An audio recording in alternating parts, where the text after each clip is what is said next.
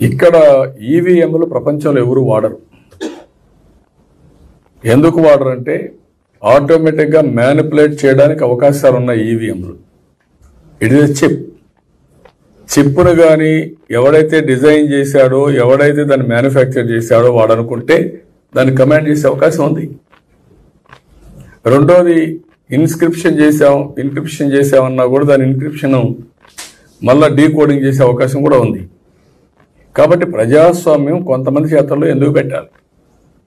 ఈ మధ్యకాలంలో కొంతమంది బజార్లు తిరుగుతున్నారు, మేము డబ్బులు ఇస్తే మేము అంత గెలిపిస్తాం, సీట్లను గెలిపిస్తాం అనే పరిస్థితికి వచ్చారు. ఎక్కడే పోతే ప్రజాస్వామ్యం అడుగుతున్నాం. ఇది అందరూ ఆలోచించాల్సిన అవసరం. దేశంలో ఉండే ప్రతి ఒక్క రాజకీయ పార్టీ, ప్రతి ఒక్క పౌరుడు, where is transparency in this.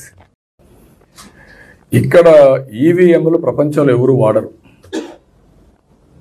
ఎందుకు వాడరు అంటే ఆటోమేటిక్గా మ్యానిపులేట్ చేయడానికి అవకాశాలు ఉన్న ఈవీఎంలు.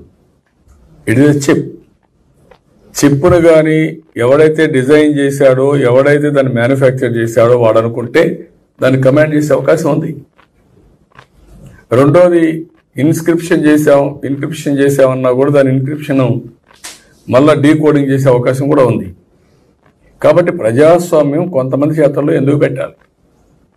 ఈ మధ్యకాలంలో కొంతమంది బజార్లు తిరుగుతున్నారు, మేము డబ్బులు ఇస్తే మేము అంత గెలిపిస్తాం, సీట్లను గెలిపిస్తాం అనే పరిస్థితికి వచ్చారు.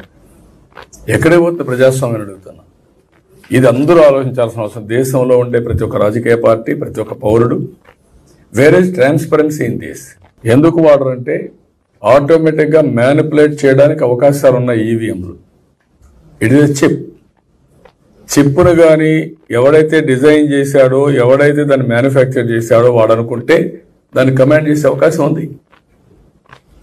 రెండోది ఇన్స్క్రిప్షన్ చేసామన్నా కూడా దాని ఇన్క్రిప్షన్ మళ్ళీ డీకోడింగ్ చేసే అవకాశం కూడా ఉంది. కాబట్టి ప్రజాస్వామ్యం కొంతమంది చేతల్లో ఎందుకు పెట్టాలి?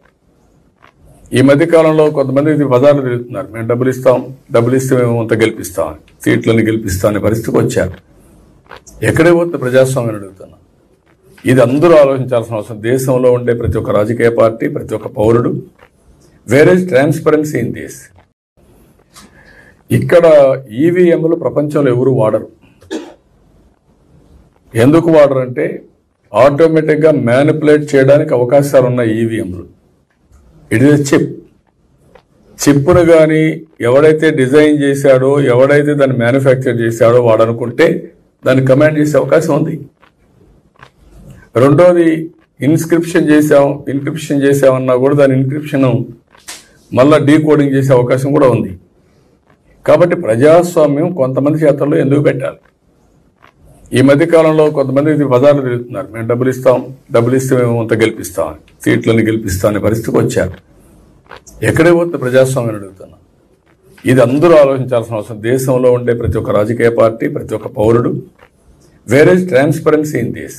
ఎందుకు వాడరు అంటే ఆటోమేటిక్గా మ్యానిపులేట్ చేయడానికి అవకాశాలు ఉన్న ఈవీఎంలు.